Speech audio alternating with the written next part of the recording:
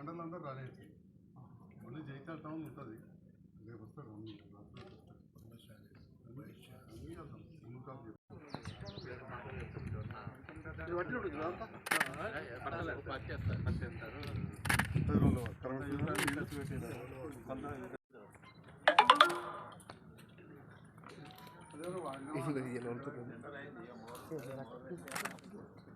ఒక్క నిమిషం వీడియో తీస్తున్నా.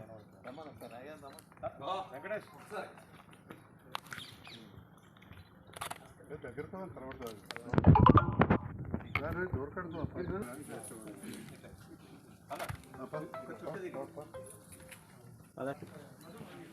వస్తున్నా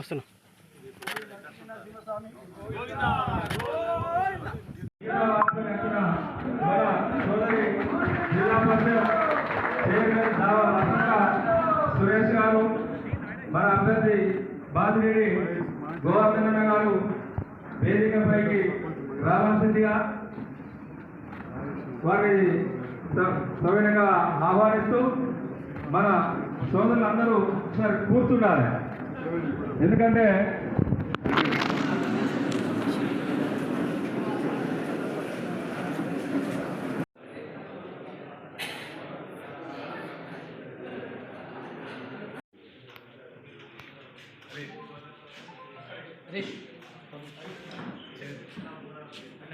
ఫోన్లే కొద్దిగా డిస్టర్బ్ చేయకు. మరి నా గెలుపు అంటే మీ గెలుపుగానే భావించాల్సిందిగా కోరుతాను. ఎందుకంటే 18లో నన్ను గెలిపించు. మీ మధ్యలో ఉన్న ప్రతి గ్రామం పార్లమెంటు అభ్యర్థి గౌరవనీయులు పెద్దలు మన బాదిరెడ్డి గోవర్ధన గారిని వేదికపైకి ఆహ్వానిస్తూ సౌగ వారిని కూర్చుండగా అట్లే సోదరిమణి మన జిల్లా పరిషత్ చైర్మన్ దావా వసంత సురేష్ గారిని మాట్లాడుతూ ఇప్పుడు విన్నపంగా సన్నిహితంగా కేసీఆర్ గారు ఉన్నారు. టీఆర్ఎస్ పార్టీ దృష్టికి తీసుకోవాలని కూడా ఈ సందర్భంగా కార్యకర్తలు వచ్చినాం కాబట్టి మనం ప్రతి ఊరికి 5-10 మంది ఉన్నాం. మనంతా మనకు మంచి 10 20 లెక్కేసుకోవడం కష్టపడితే 100% మనం మళ్ళీ మెజార్టీ తెప్పించుకున్నాం. ఈ అవకాశం ఇచ్చిన ప్రజలందరికీ నమస్కారం.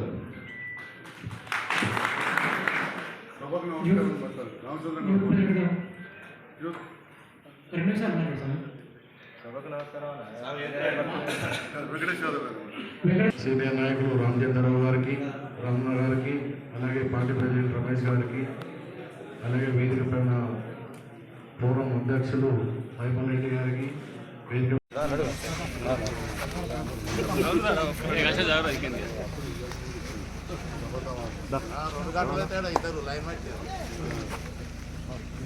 దగ్గర వచ్చింది.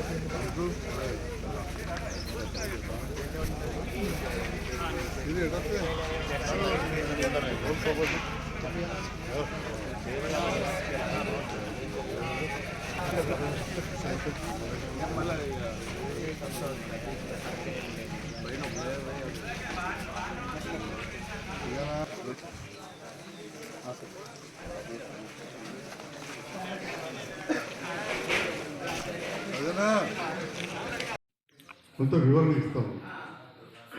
మన అభ్యర్థి మన నియోజకవర్గంలో తక్కువ పరిచయాలు ఉన్నాయి, కానీ పొరుట్ల వరకు కూడా బ్రహ్మాండమైన పరిచయాలు అభ్యర్థి బాధ్యత. వారిది శివన్పల్లి అంటే మీ దాంట్లో ఎస్టీలు చూసుంటారు మరిమట్ల అక్కడ ఏకలవ్య పాఠశాలలు. నేను చాలాసార్లు చెప్పిన ఇల్లు జాగించింది మా ఇయ్యంపుడోళ్ళే అని చెప్పి దానికి ఆనుకొని ఉంటుంది. పేరు నిజామాబాద్ జిల్లా వేములవాడ నియోజకవర్గం ఆనుకొని ఉంటుంది. అక్కడ సర్పంచ్గా, మండల రేణుసార్ ఎంపీపీగా, నక్సలైట్ల తూటాలు, బాంబు బ్లాస్టులు అవంతా పోతే వాతం అనుకున్నారు కాదు చేసుకొని మైపాల్ రెడ్డి గారని పేరెళ్ళిన నాయకుడు. ఇప్పుడు 420 అని చెప్పినట్టు 420 అబద్ధాలు పైనే ఉంటుంది తప్ప ఇవన్నీ మీరు కూడా చదవాల్సిందిగా కోరుతా ఉన్నా. అందరికీ వాట్సాప్లో పంపిస్తాం. ఇవి కూడా కొన్ని ప్రింట్ చేసి పంపిస్తా. మీరందరూ కూడా చూసి అడగండి, తప్పదు. రెండో విషయం నేను చెప్తున్నా, మన పోయిన పార్లమెంట్ ఎలక్షన్లు ఏమైంది మనం బాగా స్పీడ్ పోయేసరికి నేను గెలిచాను.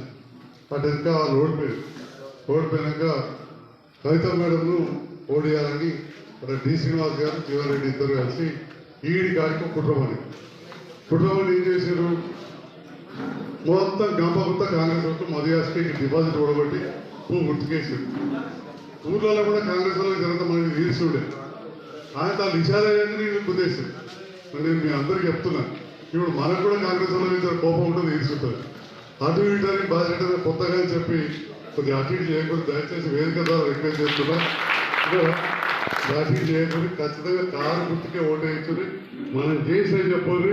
నేను చాలా ముచ్చట పెట్టంటే చెప్తున్నా, ఇలా మాట్లాడి నేను చెప్పిన 5-6 ముచ్చట్లు మంచి ఆరో ముచ్చట కూడా బాగా ముఖ్యమైన ముచ్చట. నేను ఆడి వింటున్నా జర మన వెనుకబడ్డ ప్రచారం ఇద్దరు ముందు డిక్లేర్ అయ్యి వాళ్ళు 2 నెలలు అయింది. మన వెనుకబడేసరికి మన వాళ్ళు ఆడడం ముచ్చట పెట్టిందని తెలిసింది. ఇట్లయితే ఇట్లాగే ఈ 15 సార్లు నిలబడటం ఓడియాలి ఇంకా వద్దు, మనమే గెలవాలి. జై తెలంగాణ, జై కేసీఆర్, బాజిరెడ్డి గౌతమ్ గారి నాయకత్వం, కారు గుర్తుకే. పెద్దలు బాజిరెడ్డి గారు మాట్లాడవలసింది. నాయకపోలు వాళ్ళు బాగున్నారు. నియోజకవర్గాలలో ఎక్కువ ఎస్టీ ఇప్పుడు ఒక జనరల్ సీట్ల ఎస్టీకి ఇచ్చారు. మనం ఎట్లయితే జనరల్ సీట్ల బీసీకి ఇచ్చినాం, ఇక్కడ జనరల్ సీట్ల ఎస్టీకి ఇచ్చారు. గెలిచింది అక్కడ జడ్పీటీసీ నేను నచ్చాడు తరంగాపు. ఆ రకంగా అన్ని వర్గాలతో మంచిగా ఉండే వ్యక్తి, పూర్తి అవగాహన ఉన్నది సమస్యల మీద, పూర్తి అవగాహన ఉన్నది. కాబట్టి మీరు అందరూ కూడా అయ్యో కొత్త అభ్యర్థి దూరపోడు నాన్ లోకల్ అని కదా, నేను ఇంతకుముందు అమ్మాయిని అడిగినట్టు పార్టీ మీద ప్రయోజనం ఉన్నది కానీ మంచి తెలియదు కదా అనుకోకుండా ఎంపీ అభ్యర్థులు ఎప్పుడు కూడా మొత్తం తెలియదు. పోయినసారి అరవింద్ ఒకటి ఎక్కడ వచ్చి మనం ఇక్కడ చేయాలి. వాళ్ళప్పుడు దేశం ధర్మం అన్నారు, మనం మళ్ళీ అభివృద్ధి సంక్షేమం అనే దాని మీద ఏం చేసామో చెప్పి బాజిరెడ్డి అనే కారు గుర్తు మీద గెలిపించాల్సిందిగా మీ అందరినీ కూడా కోరుతాను. ఒక విషయం అది అభివృద్ధి సంక్షేమం చెప్పి గెలిపిస్తారు. రెండవ విషయం అబద్ధాల పునాదుల మీద గెలిచింది కాంగ్రెస్ పార్టీ అనే విషయాన్ని కూడా ప్రజలకు తెలియాల్సిందిగా మీరే చూసారు. 100% రైతులు ఏం పరిస్థితి ఉండేది. చిత్రమైన కూడా మా నాయకపోలు ఉన్నా మీ చెర్లపల్ల బంజారాల్లో ఇట్లా 15 రోజులలో రైతు బంధు చేసాం. ఇవాళ ఏం పరిస్థితి ఉండే, అద్దెకరం పడ్డదా సరకం చాయకాడ ముచ్చట, మళ్ళీ ఒక వారం రోజులు అద్దెకరం కాడ ముచ్చట, అటనికి ఎకరం పడ్డదంటారా టిఫిన్ సెంటర్ అక్కడ ముచ్చట అయిందా లేదా అక్కడ ఎకరం అయినాక మళ్ళీ పడ్డా ఇక నిన్న వాళ్ళు అంటారు ఎకరంన్నర 2 రోజులు పడ్డదంట. నడిచిందా లేదా? ఎకరంన్నర 15 రోజులు నడిచింది. మళ్ళీ కొన్ని రోజులేక 2 ఎకరాలు 2 పడ్డా నడిచిందా? ఇట్లా 4 నెలలకు 4 ఎకరాలు దాటి పొలం ఎండిందని చెప్పిండు. ఇప్పుడే ఎకరం పొలం ఎండింది. ఏమైనా ఎండిందా ఈ 4-5 ఏళ్ళలో? ఎకరం పొలం ఎండి, రైతు బంధు రాకపోయా, రుణమాఫీ కాకపోయా, వాటికి 500 బోనస్ అనే 15 ఆగస్టు తర్వాత అంటే ఇక మళ్ళా వారకాలం అంటారు. మనకి ఎన్ని ఏళ్ళు ఉంటుంది? ఒక 10 సంజయ్కి ఎమ్మెల్యేకి వెళ్తే రేవంత్ రెడ్డి సార్కి ఎన్ని ఏళ్ళు ఉంటుంది? నాకు ఎన్ని ఏళ్ళు ఉంటుంది? 5 ఏళ్ళు. 5 ఏళ్ళలో 2 సీజన్లు పోయినట్టే, ఏడాది మిగిలిందే కదా, చారణం పోయినట్టే కదా. మళ్ళీ ఎలక్షన్ ముందు ఎలక్షన్ కూడా వస్తుంది. అయ్యో 6 ఎన్ని ఉంటాయి? 6 నెలలు ఉంటాయి. 3 మిగిలినట్టే కదా. అంటే 30% మిగిలింది. ఇక 70% గ్యారెంటీ, 30% తుప్పేలేదు. ఇక ఇది వాళ్ళు మరి రైతుల వయసులో ఈ రకం మహిళలు నెలకోసారి ఎక్కుతారు, ఎక్కడ బస్సు రోజు ఎక్కడారు, బడికేటోళ్ళు కాలేజీ పెట్టేవాళ్ళు ఉంటారు, బడికేటోళ్ళు కాలేజీ పెట్టేవాళ్ళు పాస్ ఉంటుంది, ఉద్యోగస్తులకు అడగవచ్చు జీతాలు తక్కువ ఉన్నాయి. బస్సు పోతే ఆయన నిలబడటానికే జాగుంటుంది. ఫ్రీ బస్సు ఇచ్చారు సంతోషం, ఫ్రీ బస్సు ఇస్తే ఇచ్చారు సంతోషం. ఇవ్వాలని మీ అందరి ముందు ఛాలెంజ్ చేసి చెప్తా ఉన్నా, ఎన్ని కొత్త బస్సులు వింటామో చెప్పాలని చెప్పి కూడా ఈ సందర్భంగా చెప్తా ఉన్నా. బస్సులలో ప్రయాణికులు పెరిగిరు అని చెప్పి వాళ్ళు లెక్కలు చెప్తున్నారు ఉత్సవాలని. పోని సమ్మక్క సారక్క పోయిర్రు, ఎవడోళ్ళ పోతుండ్రా, ధరపూర్ పోతుండ్రా, కొడగడ్డ పోతుండ్రా, అమ్మగారింటికి ఒకసారి 2 సార్లు పోతుండ్రా, నువ్వే ఎక్కిస్తావు కదా అన్నప్పుడైతే ఆ 20% బస్సులు పెంచాలి కదా. జగిత్యాల డిపోకి ఒక్క బస్సు పెంచారో మీరే తెలుసుకోండి. ఉన్న భద్రాచలం రామాలయం పోయే బస్సు బంద్ చేసింది శ్రీరామనగర్. భద్రాచలం బస్సు బంద్ పెట్టింది. ఎలక్షన్ల ముందు ఆర్భాటంగా గుట్రాజపల్లికి బస్సు వేయించారు. జీవన్ రెడ్డి గారు, అడ్లూరు అరుణ్ కుమార్ ఇద్దరు పోయి కొబ్బరికాయ కొట్టింది. అనంతరం గుట్రాజపల్లికి జయించారు. ఇలా బస్సు నడతలేదు. మీ దగ్గర ఏమైనా బస్సులు ఎక్కువ పడ్డాయి చెప్పండి మీరు. మరిగా పిల్లలు ఎక్కేటప్పుడు ఊగులాడుకుంటూ పోతున్నారు. నడిలు ఎక్కేటోళ్ళకైతే కోసపోతున్నది. మన స్టార్టింగ్ అంటే ఎక్కుతారు, లాస్ట్లో ఆ నిర్మల్కి వెళ్ళవచ్చు, కనాపూర్కి వెళ్ళవచ్చు. కాబట్టి ఈ రకంగా పెద్దగా చేసింది లేదు. అటు కరెంట్ అంటూ 200, 300 దళితులకు గిరిజనులకైతే మనం 100 యూనిట్లు ఇదివరకే ఇచ్చాం. ఇక మిగతా బీసీ వర్గాలు కొంతమందికి ఇస్తున్నారు. అదో 400-500 అవుతుంది అనుకున్నాం. ఈ బస్సు ఎప్పుడో ఒకసారి ఎక్కితే 100 రూపాయలు, ఎంతైతే 500. సిలిండర్ పుట్టి 3 నెలల పుట్టి కలుపుతారు అంటే నెలకు 150, 550. నువ్వు 550 రూపాయలు ఇచ్చి నువ్వు మహాలక్ష్మి పథకాన్ని గొప్పగా చేస్తున్నావు అని చెప్పి ప్రజలను మభ్యపెట్టడం కాదా? నువ్వేమన్నావు? 2500 రూపాయలు ఇస్తాను. మనం 2000 రూపాయలు ఎప్పుడో ఇచ్చినాం. ప్రతి మహిళకి ఇస్తాను. గోడల మీద రాతలు ఉన్నాయా లేదా? మీరు ఫోటోలు తీసుకున్నారా లేదా? మనం ఇచ్చిన వాళ్ళకు ఇవ్వలేదు. నువ్వు పెంచింది ఏది? ఇక 2500 అన్నది ప్రతి మహిళకు అనేది మన ఉన్నోళ్ళు కూడా ఒక 500. కుటుంబం అంతా కలిపితే సిలిండర్ ఒక మహిళనే వాడుతుందా? అంటే ఏమి చేయకే లెక్క. ఇది మహిళల్లో తప్పకుండా చర్చ స్టార్ట్ కావాలి. ఎట్లయితే రైతులలో చర్చ అయిందని లేవు, అమ్మాలు లేదు. కానీ మహిళలలో మనం చర్చ స్టార్ట్ చేయించాలి. కాంగ్రెస్ ప్రభుత్వం ఉన్నప్పుడు ఎందరో బీడీ కార్మికులకు రూపాయి ఇచ్చారో చెప్పు. ₹1 వందలాది మంది బీడీ కార్మికులు ఉన్నారు కదా. ఏదైనా ఇట్లా పెళ్ళి అయితే ₹10 ఇచ్చారో చెప్పు. మన నియోజకవర్గంలో మన మండలంలో దగ్గర 1500 మందికి ఇచ్చినాం. మనం పేదికి వాళ్ళ పిల్లలకు ముందు ఎస్సీ ఎస్టీలకు ఇచ్చాం.